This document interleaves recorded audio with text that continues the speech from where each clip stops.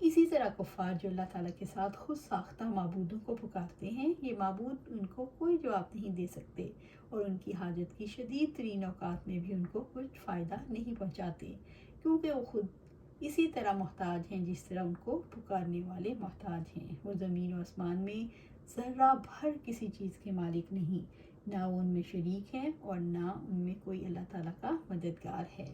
اسی طرح وہ شخص جو زبان سے پانی پانی کہہ رہا ہو اور اسے اٹھا کر پیتا نہیں تو اس سے سیراب نہیں ہو سکتا، اسی طرح غیر اللہ سے دعائیں مانگنے سے ان کی مرادیں پوری نہیں ہو سکتی۔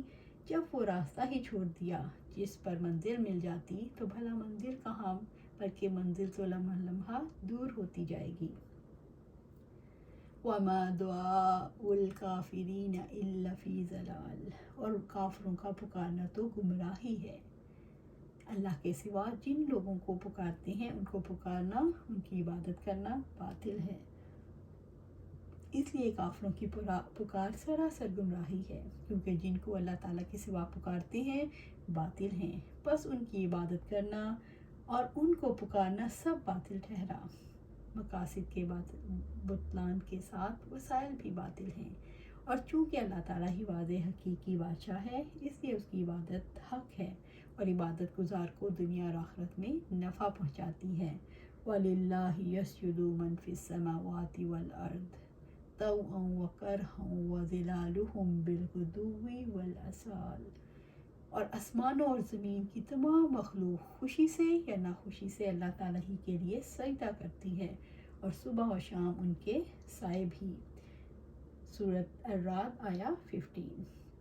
وَلِلَّهِ يَسْجُدُ مَن فِي السَّمَاوَاتِ، اور آسمانوں کی تمام مخلوق اللہ تعالیٰ ہی کے لیے سجدہ کرتی ہے یعنی ملائکہ، والارض، اور زمین کی تمام مخلوق یعنی مومن، طوعا وکرہا، خوشی سے یا ناخوشی سے۔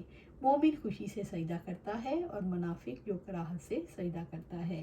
طوعا اس شخص کے لیے جو اختیاری طور پر اللہ تعالیٰ کے سامنے جھکتا ہے اور اسے سجدہ کرتا ہے، جیسے اہل ایمان اپنے اختیار سے اللہ تعالیٰ کے سامنے جھکتے ہیں۔ کرہن اس شخص کے لیے استعمال ہوا جو تکبر کرتے ہوئے اپنے رب کی عبادت نہیں کرتا مگر خود اس کی فطرت، اس کا حال، اس کی تکذیب کرتے ہیں۔ وَظِلَالُهُم، اور ان کے سامنے بھی یعنی سجدہ کرتے ہیں، بالغدوِ صبح دن کے پہلے حصے میں، والآصال اور شام دن کے آخری حصے میں۔ رب العزت نے فرمایا، اور کیا وہ دیکھتے نہیں جو کچھ اللہ تعالیٰ نے پیدا کیا ہے، ان کے سائے اللہ تعالیٰ کو سجدہ کرتے ہوئے دائیں بائیں ڈھلتے ہیں، اس حال میں وہ سب عاجز کرنے والے ہیں، وہ سب عاجزی کرنے والے ہیں۔ سورۃ النحل آیا 48۔ یعنی سایوں کے لیے جو قانون مقرر ہے وہ اس کے پابند ہیں، اور وہ یہ ہے کہ روشنی ہمیشہ صراط مستقیم میں سفر کرتی ہے۔ صبح و شام کا ذکر اس لیے فرمایا، ان اوقات میں سائے زیادہ لمبے اور پھیلے ہوئے ہوتے ہیں، اور سایوں کے گھٹنے بڑھنے میں تدریج اسی نسبت سے ہوتی ہے جس نسبت سے سورج کسی جانب سفر کرتا ہے۔ اس سے مراد ہے ہر چیز پر اللہ تعالیٰ کا غلبہ ہے، ہر چیز اللہ تعالیٰ کے ماتحت ہے اور اس کے سامنے سربسجود ہے۔ ساری مخلوق اللہ تعالیٰ کے حکم کے تابع ہے، اللہ تعالیٰ کے قانون قدرت میں جکڑی ہوئی ہے اور اللہ تعالیٰ کی سنت کے مطابق چل رہی ہے۔ جب صورتحال یہ ہے کہ تمام کائنات خوشی سے یا مجبوراً اپنے رب کے سامنے سجدہ ریز ہے تو معلوم ہوا وہی حقیقی الہ ہے اور وہی حقیقی معبود ہے، اور غیر اللہ جو بھی ہے وہ باطل ہے۔ یہ علم دے کر انسان سے مطالبہ کیا جا رہا ہے انسان بھی اللہ تعالیٰ کے آگے جھک جائے۔ اللہ سبحانہ تعالیٰ ہمیں ہدایت دے اور ہمیں صراط مستقیم پر رکھے۔ اللہ سبحانہ تعالیٰ ہمیں قرآن و سنت پر عمل کرنے کی توفیق عطا فرمائے اور اس پر استقامت عطا فرمائے۔ آمین یا رب العالمین۔